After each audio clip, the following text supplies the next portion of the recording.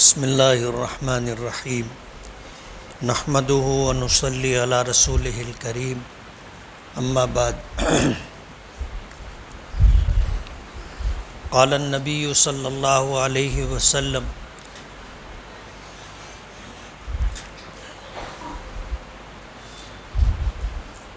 نیت المؤمن خیر من عملی او کما قال علیہ الصلاۃ والسلام۔ بزرگان محترم اور عزیز دوستوں، شعبان المعظم کی 15ویں شب ہے اور اس رات کو حدیث پاک میں لیلۃ البراءہ کے نام سے جانا جاتا ہے۔ بعض روایتوں میں لیلۃ النجات کے لفظ سے بھی اس کو تعبیر کیا گیا ہے۔ یہ وہ مبارک رات ہے کہ اللہ پاک نے قرآن کریم جیسی عظیم نعمت اور دولت عطا کرنے کا فیصلہ آج کی رات میں کیا تھا، اور علماء نے لکھا ہے کہ سورہ حامیم سجدہ کی جو آیت ہے کہ انا انزلناہ فی لیلۃ مبارکۃ انا کنا منذرین، اس سے مراد یہی رات ہے۔ لیکن اس آیت کا مفہوم ہے کہ اللہ پاک نے آج کی رات میں یہ فیصلہ فرمایا تھا اور یہ مقدر فرمایا تھا کہ امت محمدیہ کو قرآن پاک جیسی نعمت اور دولت عطا کرنی۔ پورا قرآن پاک لوح محفوظ سے آسمان دنیا پر شب قدر میں نازل ہوا، جیسا کہ لیلۃ القدر سورۃ القدر میں آتا ہے کہ انا انزلناہ فی لیلۃ القدر، کہ ہم نے قرآن کریم کو لیلۃ القدر میں اتارا ہے۔ آج کی رات اتارنے کا فیصلہ ہوا تھا۔ قرآن کریم کا نزول شب قدر میں ہوا تھا، اور پھر حضور پاک صلی اللہ علیہ وسلم کو نبوت و رسالت ملی، تو 23 سال کے عرصے میں قرآن کریم تھوڑا تھوڑا امت کی ضرورت کے مطابق نازل ہوتا رہا۔ آج کی رات کے متعلق حدیث پاک میں آتا ہے کہ اللہ پاک سال بھر کے لیے اپنے فیصلے جو آنے والے ہیں وہ فرشتوں کو عطا کر دیتے۔ جو فرشتہ جس ذمہ داری پر مامور ہے اس کو اس لائن کے احکامات دے دیے جاتے۔ آج ہی کی رات میں یہ فیصلہ بھی ہوتا ہے کہ آنے والی شب برات سے پہلے کتنے لوگوں کی پیدائش ہوگی، اور یہ فیصلہ بھی ہوتا ہے کہ دنیا میں جتنے لوگ ہیں ان میں سے کتنے لوگوں کا وقت تو پورا ہو جائے گا اور اللہ کی جوار رحمت میں جانا ہوگا۔ ظاہر بات ہے رات بہت اہم ہے۔ 5 راتیں ہیں جن راتوں کے متعلق حدیث پاک میں آتا ہے کہ سورج غروب ہوتے ہی اللہ پاک اپنی رحمتوں کے ساتھ آسمان دنیا پر جلوہ افروز ہوتے، اور اعلان ہوتا ہے حل من مستغفرین، ہے کوئی مغفرت کا طلبگار کہ ہم اس کی مغفرت کریں، ہے کوئی عافیت کا مانگنے والا کہ ہم اسے عافیت عطا کریں۔ اعلان ہوتا ہے، اور اللہ اپنی رحمتوں سے جو کچھ عطا کرتے ہیں ہر وہ چیز مانگنے کا آپ کو موقع دیا گیا ہے۔ آپ اللہ سے ہدایت مانگ لیں، ایمان کا کمال مانگ لیں، دین اسلام مانگ لیں، اچھے اخلاق مانگ لیں، اچھی صفات مانگ لیں، عافیت والی زندگی مانگ لیں، جو مانگنا چاہیں آپ مانگ لیں۔ آج کی رات اور ایسی مزید 4 راتیں اور ہیں کہ اللہ پاک اپنے بندوں کو ان کے مانگنے پر عطا کرتے ہیں۔ یوں تو اللہ کریم ہے، اور کریم اس ذات کو کہتے ہیں جو بغیر مانگے عطا کرتا ہے۔ آج تک ہمیں جو نعمتیں ملی ہیں ان میں بے شمار نعمتیں ایسی ہیں کہ ہم نے اللہ سے مانگا نہیں تھا، اللہ نے بے مانگے وہ نعمتیں عطا کر دی ہیں۔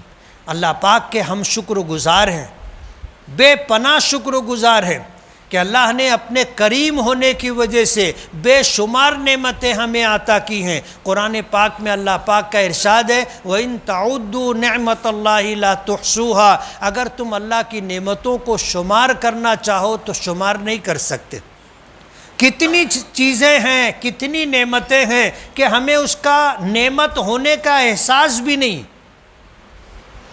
بے شمار نعمتیں اللہ نے دی ہیں، اور ضابطۂ خداوندی ہے لئن شکرتم لازیدنکم، تم اگر میری نعمتوں پر میرا شکر ادا کرتے رہو گے تو میں نعمتیں ضرور بھی ضرور بڑھاؤں گا، وَلَئِن کفرتم، اور اگر تم نے ناشکری کی، اللہ کی نعمتوں کی ناقدری کی، ان عذابی لشدید، تو میرا عذاب بہت سخت ہے، سن لو۔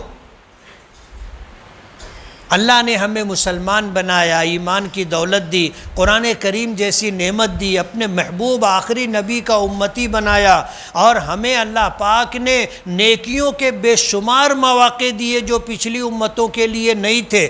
ہماری زندگی میں کچھ اعمال، کچھ کام ایسے ہیں جو براہ راست عبادت ہے، اور کچھ اعمال، کچھ کام ایسے ہیں جو بالواسطہ عبادت ہے، کہ ہم اگر سنتوں کے مطابق کھائیں تو بھی وہ عبادت ہے، سنتوں کے مطابق چلیں، رہیں، سوئے، اٹھے، یہ سب عبادت میں شمار ہوگا۔ اور یہ نعمت اللہ نے صرف امت محمدیہ کو عطا کی ہے، جس میں ہم اور آپ بھی۔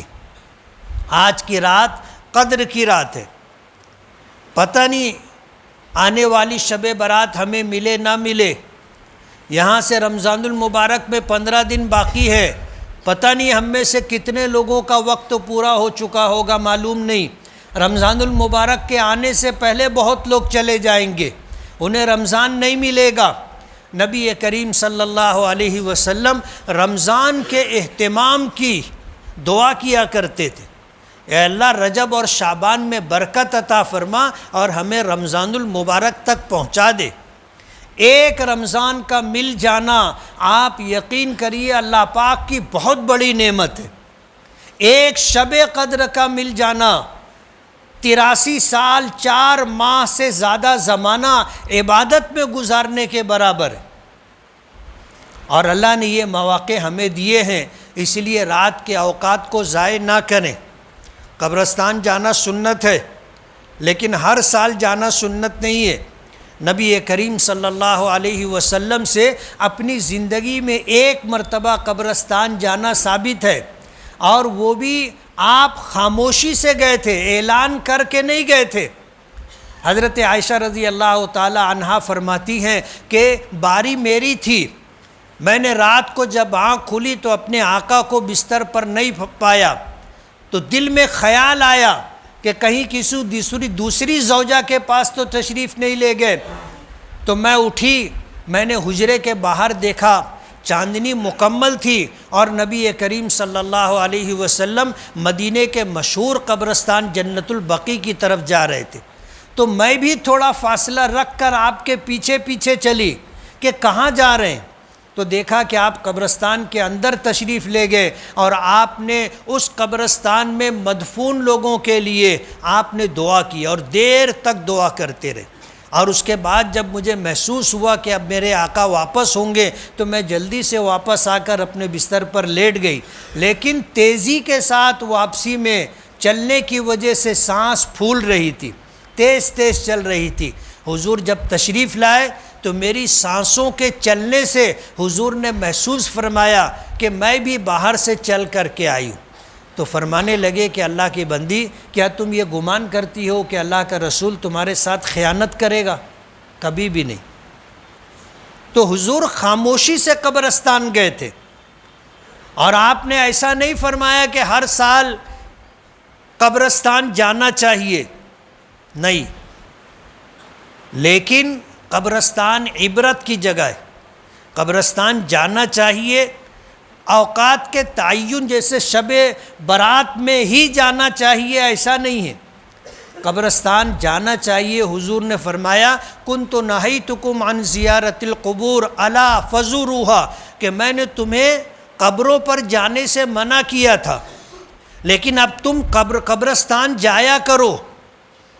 تو ہر جمعہ کو اپنے مرحومین کے ایصال ثواب کے لیے، اور مرنے کے بعد قبر میں دفن ہونے کا، اور اس کے بعد اللہ کی بارگاہ میں حاضری کا احساس ہو، میدان محشر میں جمع ہونے کا احساس ہو، اس کے لیے قبرستان آنا جانا چاہیے، تاکہ ہمیں آخرت کا استحضار رہے، ہمیں اپنے مرنے کا استحضار رہے، قبر کی زندگی کا خیال رہے، تو آدمی گناہوں سے بچتا ہے۔ آج کی رات میں کوئی مخصوص عبادت نہیں، کوئی مخصوص عبادت نہیں، آپ اپنی مرضی سے جو کرنا چاہیں کریں۔ جو عبادتیں نبی کریم صلی اللہ علیہ وسلم سے منقول ہیں ہر رات کی، وہ تہجد ہے۔ تہجد کا اہتمام کریں، دعاؤں کا اہتمام کریں، اس لیے کہ اس رات میں اللہ پاک چاہتا ہے کہ میرے بندے مجھ سے مانگیں۔ اللہ نے اعلان کروایا، اس لیے دعاؤں کا اہتمام کریں۔ 2 رکعت نماز پڑھ لے، کچھ قرآن کریم کی تلاوت کر لے، اللہ توفیق دے، کچھ صدقہ و خیرات کریں اور اللہ تعالیٰ سے دعا مانگے۔ ہمارے بزرگوں اور اکابرین کا معمول رہا ہے کہ دعا کرنے سے پہلے کوئی نیک کام کیا کرتے تھے، تو ہم بھی کوئی نیک کام کریں اور اس کے بعد اللہ سے دل کے یقین کے ساتھ مانگے کہ جو مانگیں گے ملے گا۔ اللہ نے اعلان کیا تم مانگو میں دوں گا، ادعونی استجب لکم، تم مجھ سے دعا مانگو میں تمہاری دعاؤں کو قبول کروں گا۔ اللہ کا وعدہ ہے اور اللہ اپنے وعدے میں سچے ہیں۔ یقین کے ساتھ دعا مانگیں، اور دعا اس طرح مانگیں کہ رونا آئے، آنکھوں میں آنسو ہو اور دل دعا میں شامل ہو، اس طرح دعا مانگے۔ آپ مانگو گے اللہ عطا کریں گے۔ آپ اللہ سے اپنی مغفرت مانگیے، عافیت مانگیے، سلامتی مانگیے، پریشانیوں سے، دکھوں سے، مصیبتوں سے، رسوائیوں سے حفاظت مانگیے۔ اللہ تعالیٰ عافیت کی زندگی عطا فرمائے، کشادہ فراخ روزی عطا فرمائے، نمازوں کا اہتمام، روزوں کا اہتمام عطا فرمائے۔ اللہ تعالیٰ غربت سے، تنگ دستی سے، محتاجگی سے، قرض سے، مرض سے اللہ ہمیں نجات عطا فرمائے۔ خوب جم کر کے دعا مانگیے۔ پوری رات جاگنا ضروری نہیں ہے۔ حضور پاک صلی اللہ علیہ وسلم سے آج کی رات میں سونا اور اس کے بعد رات میں عبادت کرنا دونوں چیز ثابت ہے، اس لیے ساری رات جاگنا ضروری نہیں ہے۔ آپ سے جو جاگ جائے جاگیے، رات میں آرام کیجیے۔ آپ نے مغرب کی نماز جماعت سے پڑھی، آپ نے عشاء کی نماز جماعت سے پڑھی، فجر کی نماز بھی جماعت سے پڑھنے کا اہتمام کریں گے نا؟ ایسا نہ ہو کہ ہم جاگتے رہے اور فجر کی نماز سے پہلے آنکھ لگ جائے، ہم سو جائیں اور نماز ہماری چھوٹ جائے، قضا ہو جائے۔ ایسا نہیں ہونا چاہیے۔ اللہ تعالیٰ اس رات کی برکتوں سے ہمیں مالا مال فرمائے، اور اس رات میں ہمارے لیے دنیا اور آخرت کی بھلائیوں کے اللہ فیصلے فرمائے، معذوری سے، مجبوری سے، رسوائی سے اور بے راہ روی اور گمراہی سے اللہ تعالی ہماری حفاظت فرمائے۔ وآخر دعوانا ان الحمد للہ رب العالمین۔